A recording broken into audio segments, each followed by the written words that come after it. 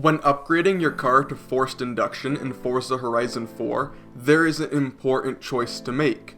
Do you choose to put twin turbos in your car, or do you supercharge it? Most often, I find myself choosing the twin turbo option mainly because the turbos offer the same amount of power but they weigh less. This brought up an important question in my mind the other day. Why do we even have the choice to supercharge if turbos appear to be the better option? Like, why would Playground Games put in the effort to program a supercharger into Horizon 4 if 9 times out of 10, the player will choose the turbos just because they weigh less? Then, it dawned on me. Look at the dyno graphs between a supercharger and a turbocharger.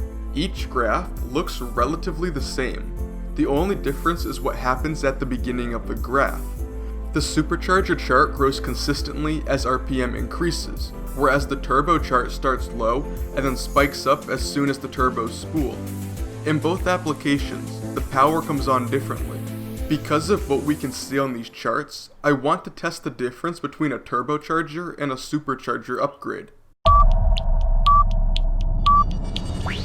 I want this test to be all about which method of forced induction is better, and not my driving errors. For that reason, when we take these cars drag racing, I'm gonna upgrade the tires to drag radials, and I'm gonna switch the drivetrain from rear to all-wheel drive.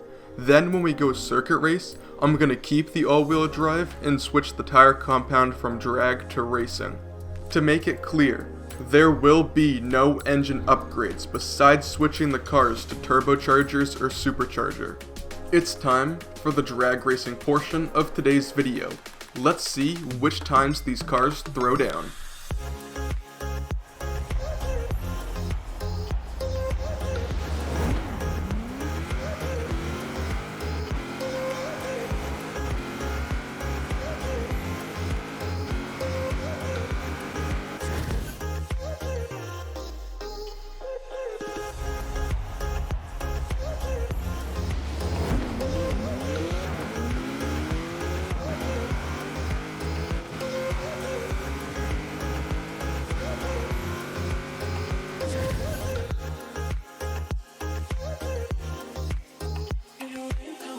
For the circuit racing portion of today's video, each car will be doing a lap of my custom track, nicknamed the S-Driving Autodrome.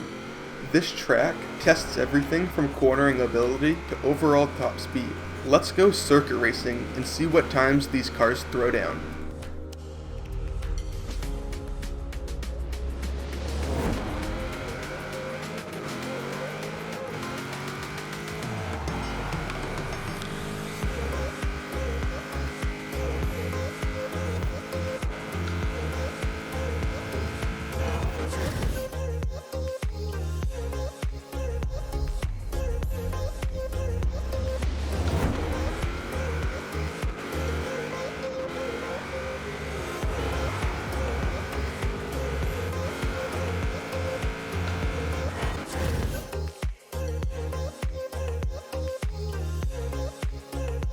Now that both of the drag racing and circuit tests are done, I still really don't know which car is better, the turbocharger car or the supercharger car.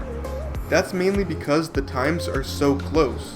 Sure, the turbo won twice, but I could have shifted bad through a turn, or I could have overshot a braking zone and had to brake super hard.